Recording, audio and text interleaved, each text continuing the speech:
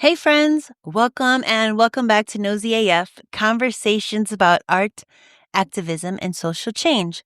I'm Stephanie, your friend and host, and today, my friends, is a day of absolute fangirling because on this episode, I'm talking to Helen Harris, aka Helen with the Gold Teeth, an engineer turned jeweler whose work is straight up luxury, straight up intentional, straight up Black, and straight up absolutely beautiful. Helen's brand has a devoted following, which obviously includes me. And she's kind of famous, y'all, and for good reason. Her handmade jewelry isn't just about looking good. It's about storytelling, spirituality, and making space for Black and LGBTQ plus communities in places that have historically shut us out. What the heck, y'all? What the heck? Don't shut us out. It's not nice, and we don't appreciate it. But listen, not only is Helen building a legacy for herself, but her work becomes heirlooms that families will cherish forever, which honestly, a dream. In this conversation, you'll hear how Helen followed her passion the unexpected way, she fell into jewelry making, and how her business is authentically hers. I'm just going to warn you now.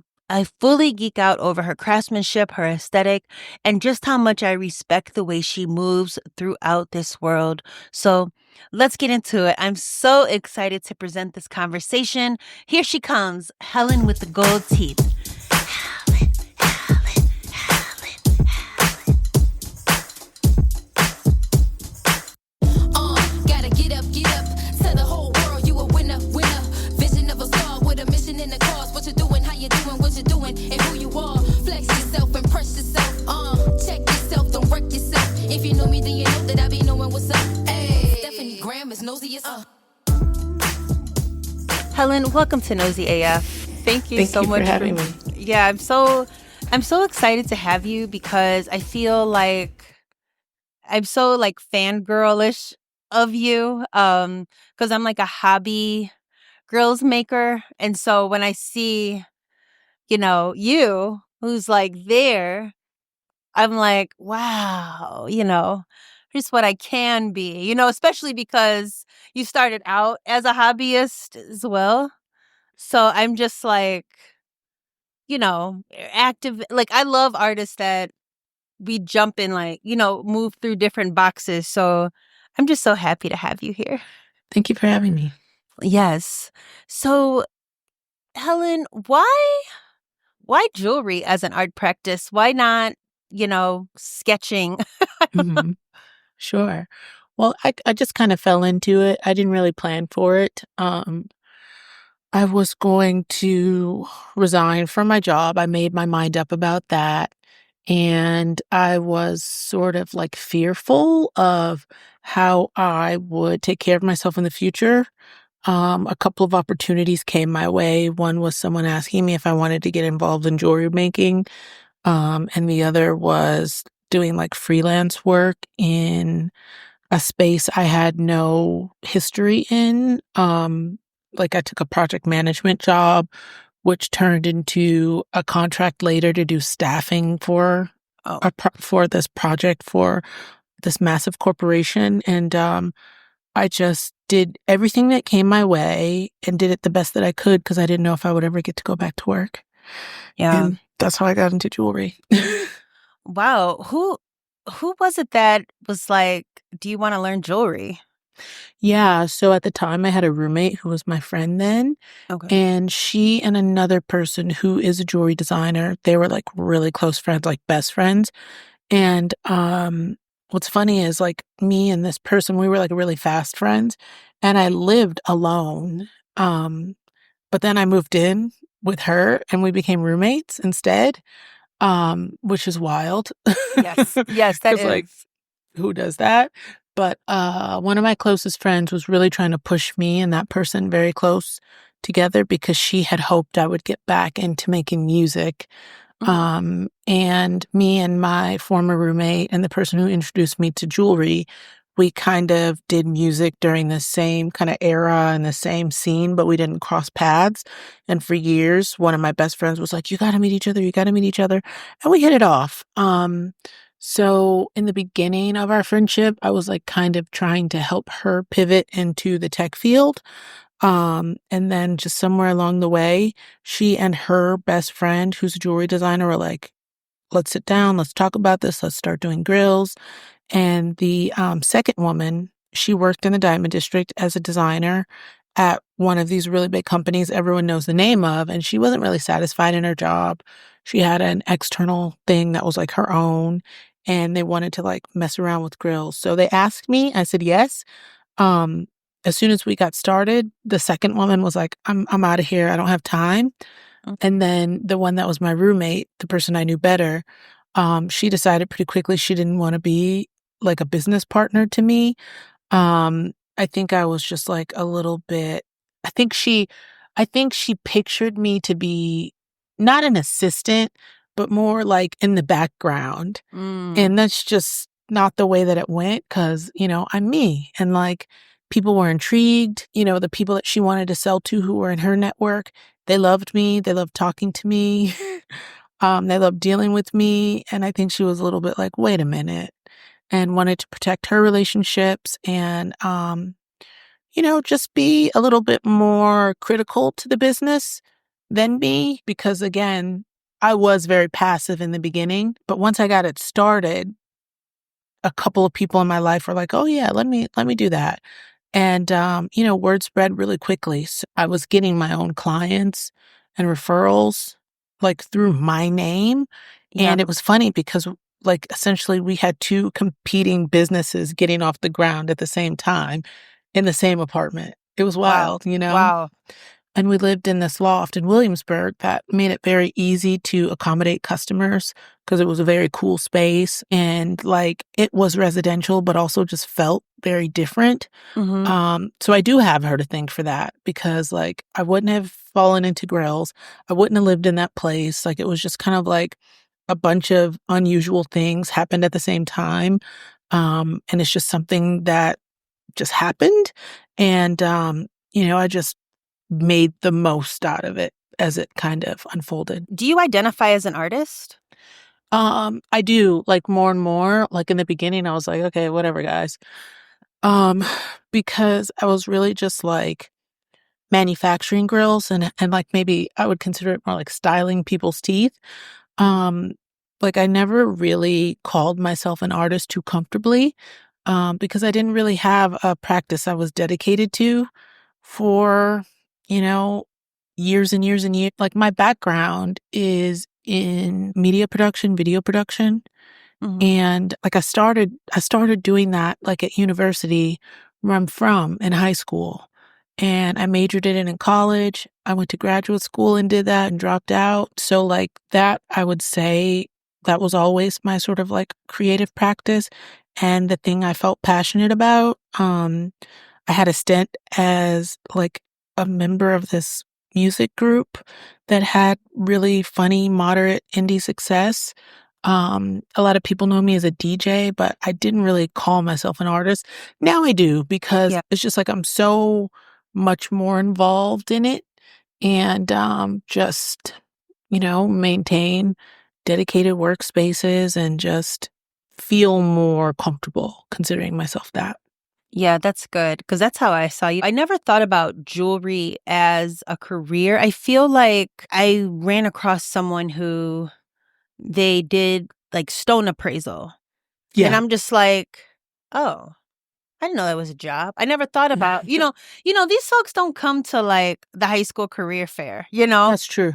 You're right. One of the things that I noticed with your work is that it's so meticulous. It's like it's so pristine, which I love. And it actually would make sense that you have a background in film, because that's very, I feel like meticulous craft as well. Did you think being an engineer helped with that? I would say so because when you come from sort of like more that tech background, like particularly the one that I have, which is more IT and like systems, it is very much about how things work and how things are supposed to work, workflows, who does what, and standards. So it was easier for me to accomplish my goals of making like, perfect or near perfect jewelry as I started to, I guess, recontextualize it how I think naturally. And I think I do annoy a lot of jewelers because they'll be like, you can't do that. And I'll be like, you absolutely can. And it's because, I sat there and I thought through the problem and like uncovered a different way of approaching something. I think that that's something that people in tech kind of do. It's like essentially hacking. I think that I get on other jewelers' nerves and like the people whose hands touch the things that I make because I'm often like, this isn't supposed to be this way. It's supposed to be that way. And it's like, I'm really trying to hold them to a standard. I think that comes from that kind of thinking. But yeah. And I mean, like, now I'm really fully immersed in learning how to digitize everything, and using, the computer to design, like coming up with designs, knowing how to direct someone who is helping me work on CAD files, doing the 3D printing, like figuring out the science of like, how do I make this 3D printed wax behave like a traditional dental wax because it's shrinking? I don't know. But like, I actually literally am using the tech. And a lot of people don't realize this, but like, I have a full-time job now, which was not true for so many years. And I work in 3D printing. So like most days, Monday through Friday, like during the day, that's what I'm up to. Oh my goodness. So you have a full-time job on top of your jewelry business. Yes, yeah, but that's newer. I've been doing that for a little bit over a year. And in the beginning, I think people didn't really realize it because I was still just in New York so much and so available. And like the company I worked for, when I first started, like they had a very kind of less defined, flexible time off policy. So I was making the most of it and frequently gone for like, 10 days at a time, just handling my business. Yeah, yeah. How do you like the switch from, being full-time business to now having your still full-time business and this Mhm. other job? I like it. It makes me really happy. My business has been really successful and my life has changed in like really profound ways. Um, you know, I had a pretty private life in like a very quiet private life with not a lot of attention and interaction with like strangers. And it went from that to high volume interaction with strangers, people knowing who I am. Like I have no regrets about doing it the way I have or taking people up on the opportunities that they gave me, but I didn't really have time to mentally prepare for it. So for me, getting a job, it made me feel great because, that's normal to me. Spending my days, like really just dedicated to tech, it Mhm. feels right because that was my life plan. The fact that I was able to merge the two things, it's unreal. Like, what are the chances, But like somehow or another, it lined up that way for me. So I'm loving it. I have to be a little bit more picky when I take my clients. There are people who say to me, like, I know that I don't have access to you like the way that people did before. I don't care. It Mhm. takes as long as it takes. But then there are others who, when I first got this started, like, I didn't have that worked out yet. And they're frustrated. And like, as I'm trying to figure out these new ways of doing things, some things are taking me much longer, but like I like it. It feels really good to me. And there are enough people who respect my process. And then there are enough people who come to me for very simple things that I can do real quick as I'm working on these longer term projects.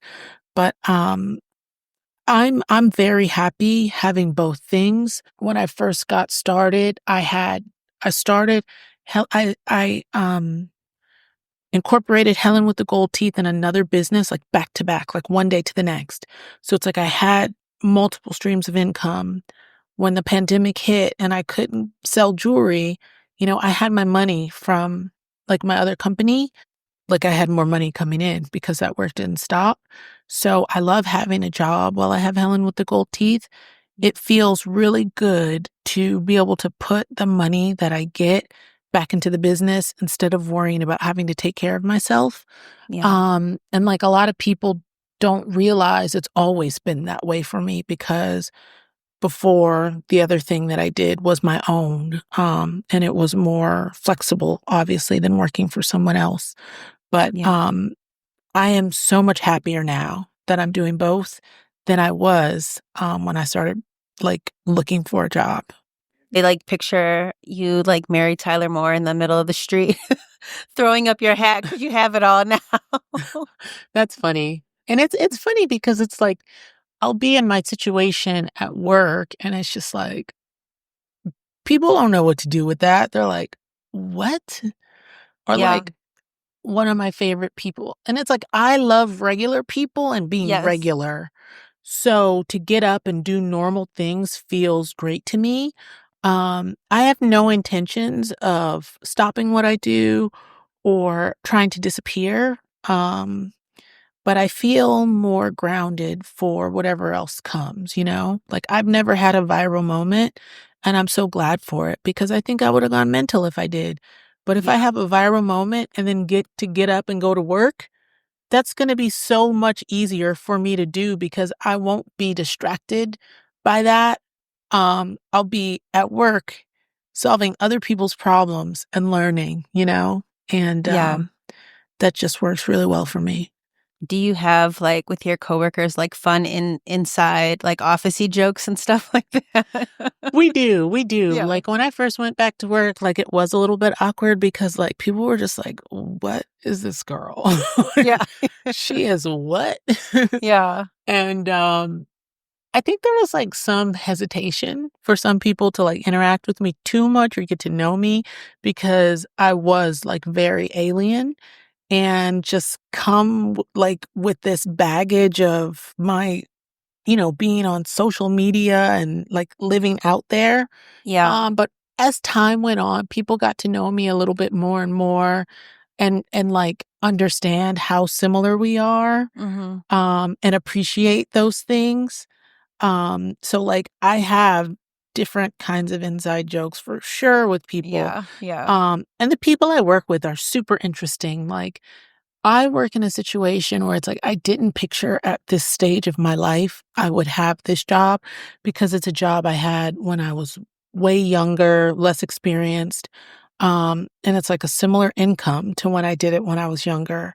Mm. And it's a little bit like I didn't see myself doing that at this stage of life. And then like some of my coworkers would be like, "What are you doing here? Like you literally could be making so much more money like during this period of time that you're sitting here compared to when you're gone." But I'm not the only one who chooses to do this instead of something else like really interesting and impressive. Like the gentleman who sits across from me, he's a little bit older. He's like a robotics engineer Oh, wow. and went to Stanford. And like we talk about like little funny things about getting casted for things. Like he had a stint in like commercial acting for Okay. like and like catalog modeling and stuff, Oh, nice. but he's just this really funny guy who I I really enjoy and appreciate. And I don't think that I'm the funniest person that I work with. Like, I'm probably the least funny. Like, some of the people I work with are hilarious. And I would say, outside of interacting with the technology, our favorite thing about work is each other. So that's a Yeah. cool situation to be in. Absolutely. Absolutely. I was just thinking today, I'm not on like a current like film project. And so I just wake up and I will start maybe checking my email. Like I don't have a structure, and I was like thinking like, okay, you need to make sure you have a routine. Like in the morning, wake up and like go walk, like something to like, Yep. I'll try to set these routines, but I don't really follow them also. But I need to. I realize like when I'm sitting there just sort of like in like a daze, I'm like, oh yeah, Yeah. you need to follow a routine and having having a job, and I would be booked on something, it is nice because it will provide that. And then anything for my art afterwards, it's like it's go time, but it just gives me like a Yeah. structure. That's how I became such a career person in the first place. Having something to anchor me and orient the rest of my life around, that also provides what I need to survive and feel okay in this world. Um, and yeah, I think that Helen with the gold teeth, why it happened and why I got into these like business things was to have a structure. Cause like when I first started Helen with the gold teeth, I had my staff with me on, I want to say Tuesday and Thursday, and I saw clients on like Wednesday and Fridays. Mm. And then I had alone time on the other days, and I took Mondays off for Ooh, the most okay. part. Okay. And I kept it that way for a long time, and it was to have structure in my life, because I just feel better with that. Yeah, it's so much better. Shout out to structure. um, so grills, jewelry making, you have beautiful jewelry on now. It's a luxury thing, Yes. and our people, we love to be fly. Um, how would you define luxury, first of all? What do you think? Luxury, I think it has a certain amount of exclusivity to it. Um, there should be quality there. I think it often has a legacy behind it. When I was just trying to figure out how to like where to place the bar for what I want to make, I looked at how other companies operated and like what it was that made them them. I think there should be a lot of just like quality control around stuff. Sometimes that exclusivity piece is like really important. I've noticed over time, a lot of younger jewelers have picked up my business model, which is Mm, by appointment only and not everyone can shop with me. I think when it's luxury, obviously it should be about the customer, but it's not just about the customer, it's about the brand. And like, the ideal customer gets that and they're not going to give you a hard time about it. Because they're excited that they get to be a part of it. And when I did like a formal business plan and I was trying to figure out how to scale, my friend who's a consultant who helped me with that, he was like, Helen, no, you don't have to do any of that. Like, mm, and he explained to me like really how luxury brands get to position themselves and how like the customer cadence, it's not about just the customer. Like it's yeah. really about the brand. And what makes my jewelry luxury, I would say, is just like how much attention goes into it. Like today, a pendant got delivered to a client. I use a courier service. It's like, no, don't trouble yourself. This is coming to you. Um, I had someone who was just like so reliable with probably even higher standards than my own Mm, looking at it today and took it back for more finishing. It made it to my customer and she was so happy with it, but she noticed like one little nick that looked like a scratch to her. We're making arrangements for it to be fixed tomorrow morning before she hands this gift over to someone. And it's just like really doing everything within my power to make it as good as it can possibly be and to hand something to the customer that matches their expectations for what they picture something from me should be like. yeah. I want to ask, like, how could one be a luxury brand? Like, I think of luxury too as like quality, Mhm. control. Like I know, like even in my photographs, I try to make them as pristine as possible, print them as pristine as possible. Um, but then I also will make these pins that like sell for $15. Yep. That Yeah. is that okay to be luxury? I would I mean, when I first started selling jewelry, like I gave I gave some away. I sold some at cost, it's like it it didn't happen like overnight for me. Um And also, like, I highly subsidize the cost of manufacturing, and I continue to because, it's like I'm putting myself in situations where I can take care of myself, not from the business. And it's like, it would be really tight for me to just spend that money on stuff I love and, like, just go to Vegas, shop a bunch, buy Yeah. myself crazy things, but I don't. And it's going back into the product. That's not luxurious at all. Yeah. Yeah. So I think really the luxury is on the customer. Like, the luxury is felt by the customer more so Mhm. when I'm thinking about that, Yeah. More of an experience. Yeah, like the experience and like the goods they physically receive. Like, Yes. the pins might be $15 today, but who knows what you'll be able to charge from later.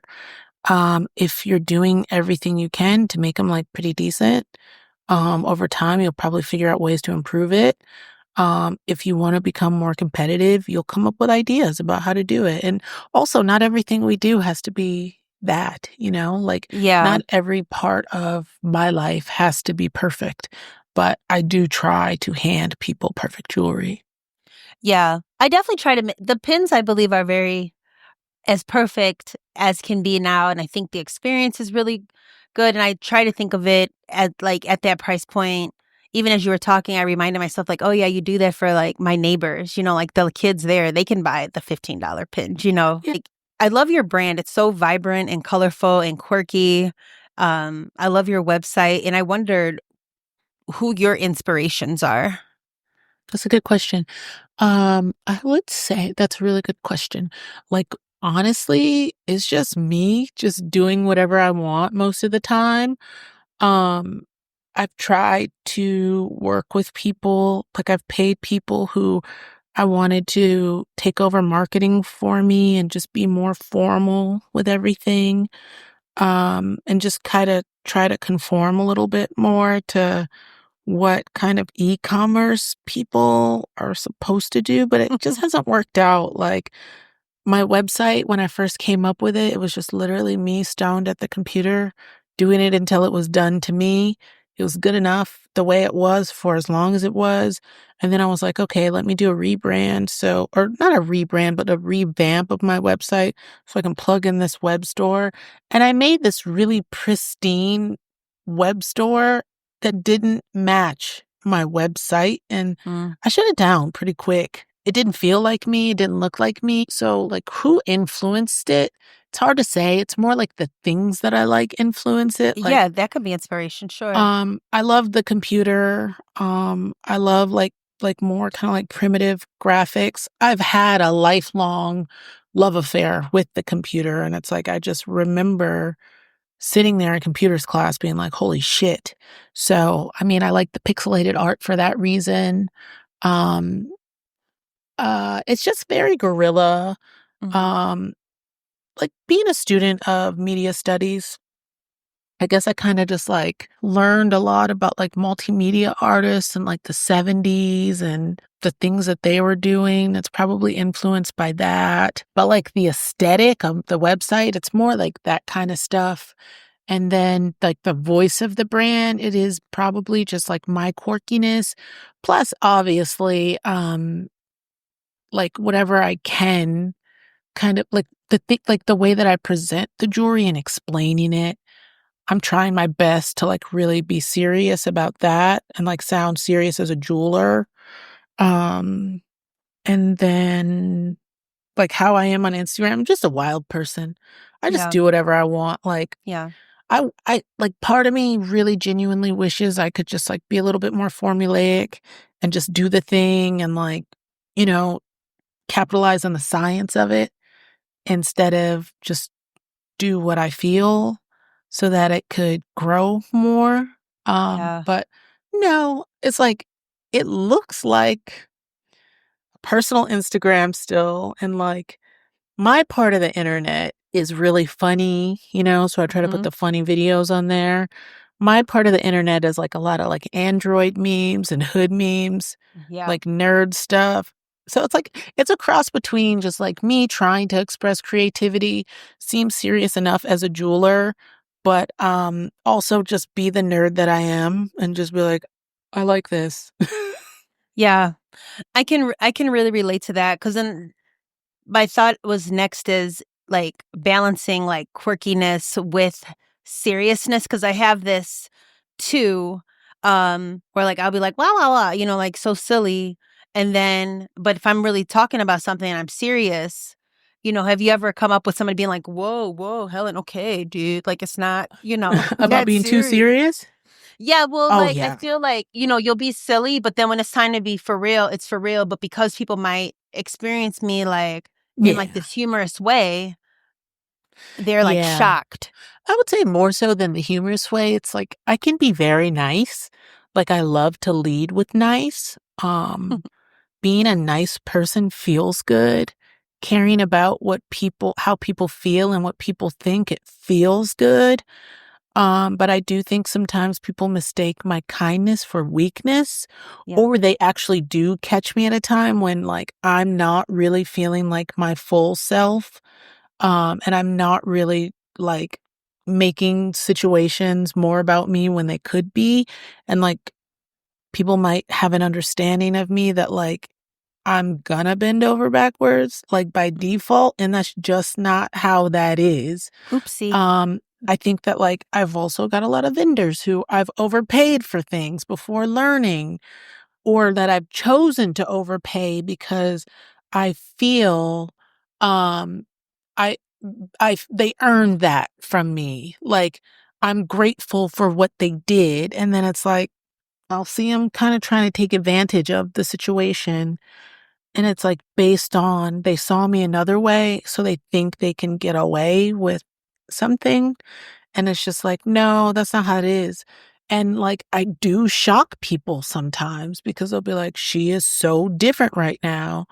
And if I am really trying to advocate for myself or put up a boundary, like sometimes people are like, whoa, that was too much, or they'll think I was mean. Or sometimes people want me to like take them on as a client. And I'll be like, I'm not available. And they'll feel a certain way about it. I've had people come to my office with an appointment. I'll be like, I don't think this is going to work. And I'll give Yeah. them a refund for their consultation. I have customers whose jewelry I've finished completely, and I've paid for the cost of making it. My staff has served them. Like I have spent all of the money that they spent on the jewelry, and in some cases, some more of my own. And if something doesn't feel right, I gave them their money back. Mm. So these are different ways that like people were just like, what? Because they experienced me differently or they heard something about me and then it didn't go the way they pictured it. And it's Yeah. like, no, I need you to be in the moment with me, be present, interact with me, and listen to what I'm saying instead of like something else. Yeah. Yeah, that's good. And then it's also like one of those things like that's their problem. It is. They leave, yeah, It really is. afterwards. Yeah. Yeah. So I would say, yeah, the answer to that is I do get different reactions from people if they've pictured me another way or if they've seen me be another way. Yeah, it definitely happens. I'm curious, like, where did you get the name Helen with Gold Teeth? Was it just like bringing it back to the basics of your love of basic with, like with the computer being sort of like straightforward? I made the Instagram and like I had been toying with other names and Hmm. like they were funny. They're like all funny, but then I was like, I'm just gonna do this because I don't know, it just had a ring. I just It came up with does. it and then like Yeah. I was just like immediately I was like, yeah, I want it to look a certain way. And a friend of mine who's a tattoo artist and a graphic designer, I was like, can you make this thing for me? I'll give you whatever. And it wasn't much. And he was like, yep. So he made it for me. And I was just like, just make it look like a emoji, but also make it look like a Cash Money cover. And he was like, got it. And Yeah. it was only like 2 drafts in. I was like, great, good enough. And that was it. Perfect. Perfect. Yeah. It looks great. It looks great. I aspire to make grills. Like I've been practicing. I haven't gotten to the point of making the metal piece yet, and I thought to maybe try to send, to find like people to help me. just so I can. It's expensive, to have all that equipment, and so I just wondered if you might have any advice for beginners out there. Honestly, the most important part of making grills is, getting good impressions and doing the wax well. So if you've spent a ton of time working on that, you're already ahead. And you're ahead of me because like I hate doing those things. And if you want to send it out, just don't cast in gold. Cast in silver or cast in low gold. To spend as little money as possible. And if after you make something, you go and scrap it and you get part of the money back, you can put that towards the next one you make, Oh, yeah. So I would say do that. There are some casters who will say you can bring me the metal and then I'll charge you a labor charge. Oh, There's that's a a lot good of ways. idea. Yeah, there's a lot of ways you can approach it. But I do believe for anyone who wants to be a jeweler or make grills, it is absolutely worth it, even if you have like a crappy tabletop casting machine off Amazon. Get it and do the hands-on, because you will be so much more advanced way faster because I was so focused on, cultivating a brand, establishing a business, and running a business, and it worked out very well for me. But, I'm not as independent as jewelers who started after me, who just have capabilities that I don't. And it doesn't, how do I say this? The place where I went to learn grills was the exact opposite of where I went to go learn like jewelry, like bench jewelry. That guy's just like, it doesn't matter. Just these are the cheapest things you can get. Here's the links to Amazon. Get that. Don't think about anything else. It's worth it. Is it a nice community, the jewelry community? Is it welcoming? The jewelry community, I would say, is like pretty massive. And I have some really great relationships in the jewelry community. Like, in the diamond district, the people who I enjoy the most, they're just like working folks who go there, do what they got to do and go home. Like they're not a part of like any jewelry scene. They're like oftentimes like family men, religious and stuff like that. Like one of my favorite jewelers is just like this really nice white lady who is a native New Yorker and she just like she sells like really cute jewelry to just like, I think white women who have a lot of money. And she's just this really nice person. There are a handful of Black jewelers who, when I first got started, I knew them from real life before jewelry, and I didn't realize like that's what they were really, really up to, as deep in as they were, but also it might be because I didn't really understand anything yet.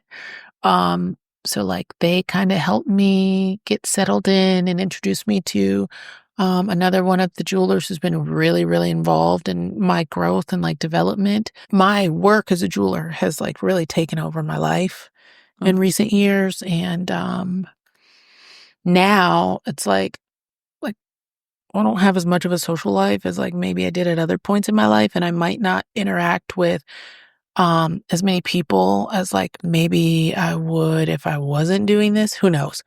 Because I could also not be talking to people. But like, if there's one thing you can bet, it's that I have been talking to other jewelers.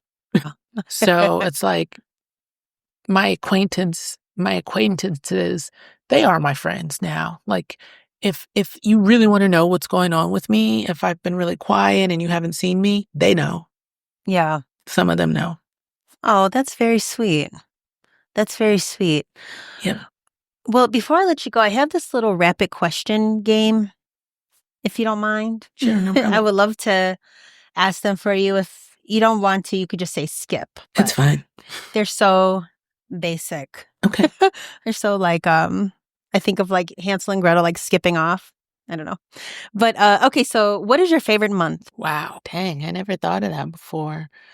My favorite month. I don't know, maybe September. No, I'll say October because it cools down. The leaves are changing. I love slowing down because it's fall. I love days getting a little bit longer. They're not crazy long yet. It's not too cold yet. Yeah, we'll go with October.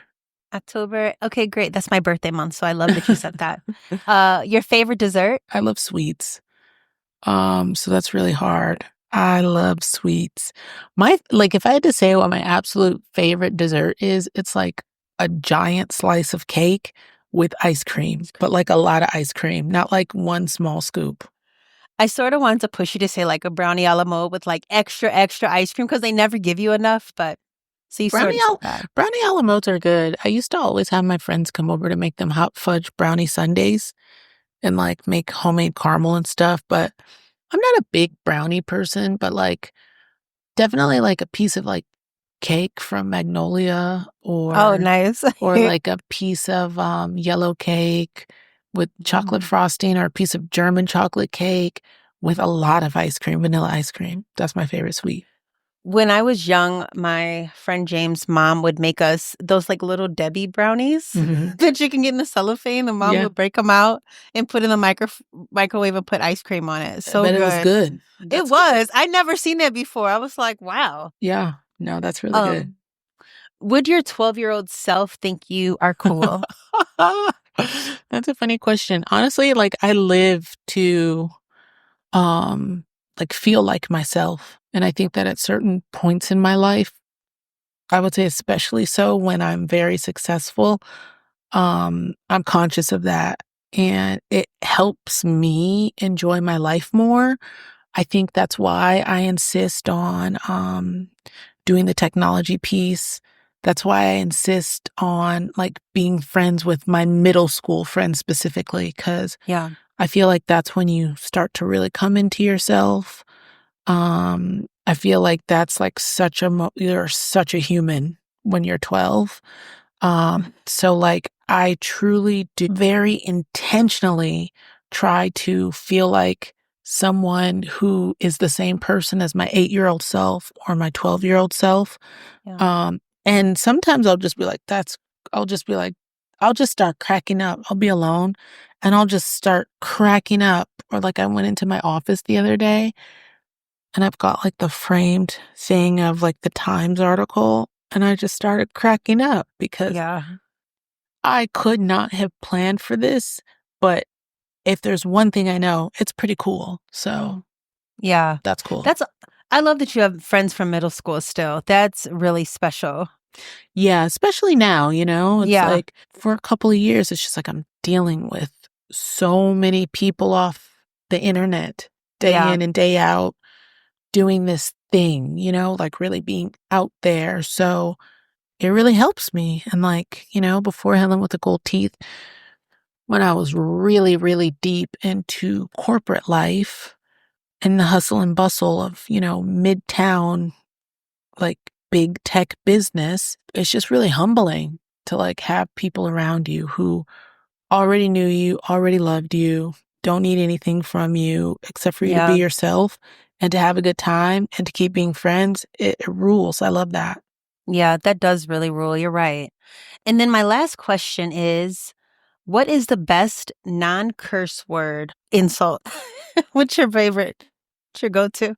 Ooh, my favorite insult that's not a cuss word. That's hard because like I got,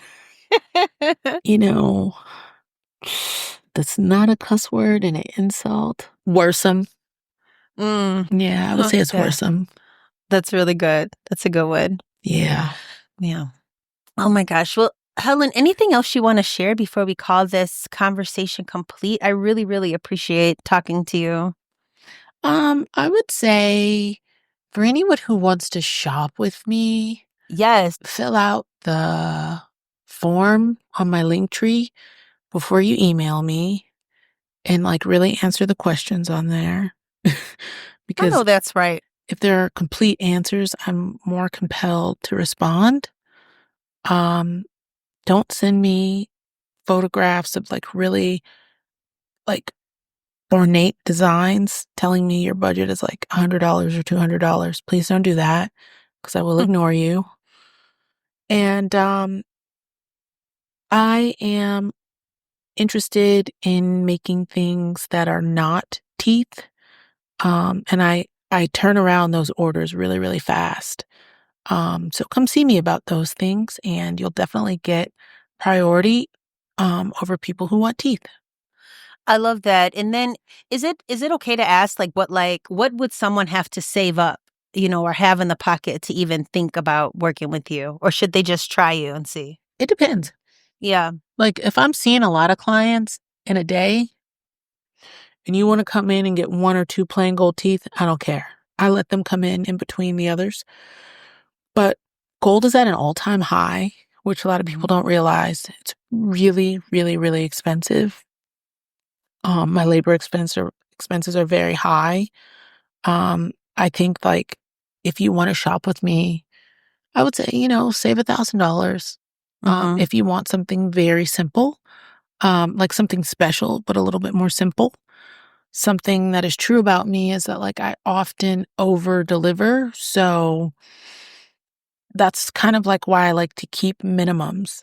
Like for instance, this thing on my desk that I'm looking at, she asked for kind of like earthy stones, and I ordered like all these humanely mined things from the United States. They were too big. I Mm. also made the metal, and it didn't look like it was going to fit right. I made that again, you know? And it's like to land what she wanted to see, I ended up switching to like diamonds, pink sapphire, yellow sapphire. So Mm. I like to have wiggle room, um, so that like my customers can cover those expenses instead of me. Yeah. So save a little bit of money, but also never hesitate to ask for a quote. When people fill out that form, Yeah. it is to establish a cadence with me, not necessarily to start shopping right away. So like things are really expensive to make, so like have some respect for that. I heard that. If you are curious and just like not informed, don't be shy. I'm happy to like give references for like what something cost when I sold it before. And like I try my best to make it so when a customer goes and they tell someone what they paid, I like for it to be as uniform as possible, or I'd like for them to explain why they paid as much as they did. If I gave them a big discount, I want them to keep their mouth shut, really. But yeah, like if you want to shop with me for gold teeth, like save a little bit of money or come and ask me what you want to save based on what you want. And something really interesting that I've been doing lately, and it's like I can't do this for everyone. But like I have long-term followers who they paid in chunks instead of like buy outright, which is my policy. Like you have a consultation with me, you owe me 100% of the balance is how it normally goes. But I have these very long time followers and supporters who were never customers. Um, and I've seen them that whole time. I've appreciated them that whole time. So when they see me, it's like they don't pay the consultation fee. They're not going to stand me up for that appointment because like they haven't stood me up as a like fan.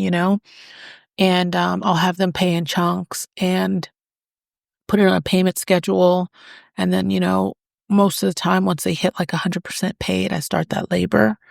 But like, like I have people who have more than one set of teeth from me who've never paid me anything. Mm. I have people who I do a lot of work for who just never paid me anything. It's different for everyone. So I would just say, be respectful and, ask questions about things you don't understand. And like be patient with me and I can bring clarity and probably serve you. That's really, really nice and generous and thoughtful and very on business. I love this consultation form. It's also like, let me see, make sure you're not crazy. Yeah, it can't be, it used to be like, you'd fill out a form and a deposit, and then like someone on my team would be like, okay, these are the people who are coming today. And I would like literally not know who they were. And then it's like back to back, I'm seeing like 5 or 8 strangers who I literally don't know who they are.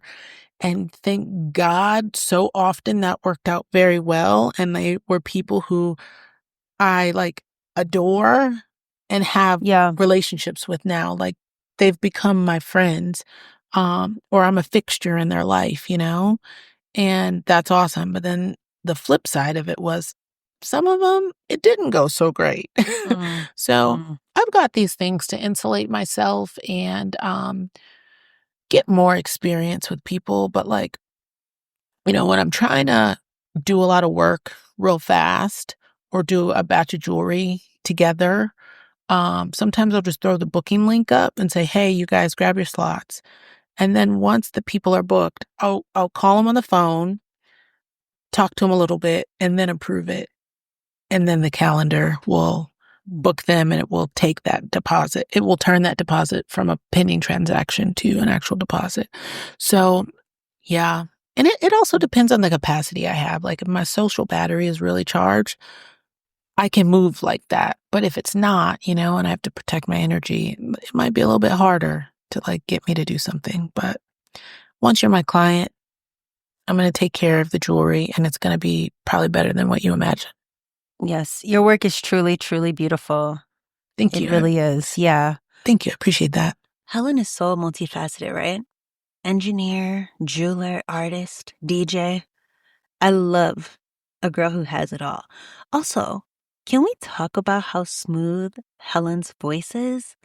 Seriously, go ahead and play this episode again when you're about to take a nap. Helen, if you're listening, what's up? What's up with the ASMR collaboration? I'm just saying. It could be something with some lush gardens, some diamonds, some clouds, and just you and I whispering the word like over and over again, mixing in gold, luxury, legacy. What a dream that would be. What a dream that would be. Y'all, also, I would love it if you would let me know what you thought about my nosy round of questions. If you listen often, you would notice that was something new. And this is actually something that I've been doing in a lot of my interviews. And I even made a whole beat for it. And I still haven't figured out how to place this segment within my conversations without really messing up the flow of the show. So I'm going to have to figure it out and I'll present it to you one day. One day, hopefully soon. So I hope you love this conversation as much as I did. I've included a bunch of links about Helen, including how to inquire about her jewelry and grills. But as Helen said, you need to come correct, okay? And last thing, shout out to her Stanford robotic engineer coworker who somehow had time to be a catalog model. I just love that so much because clearly we all contain multitudes. So go ahead and explore every one of your interests because why not? All right, that's it for today, y'all. Thank you so much for listening to Nosy AF, and I'll catch you next time. This has been another episode of Nosy AF. I'm your host, Stephanie Graham. What did you think about today's conversation? I would love to hear your thoughts. Head over to the Nosy AF website for all the show notes related to this episode. You can also find me on Instagram at Stephanie Graham. What would you know? Or online at missgraham.com, where you can sign up for my newsletter where I share exclusive updates about my studio practice as well as this podcast. Until next time, y'all, stay curious and take care. Bye.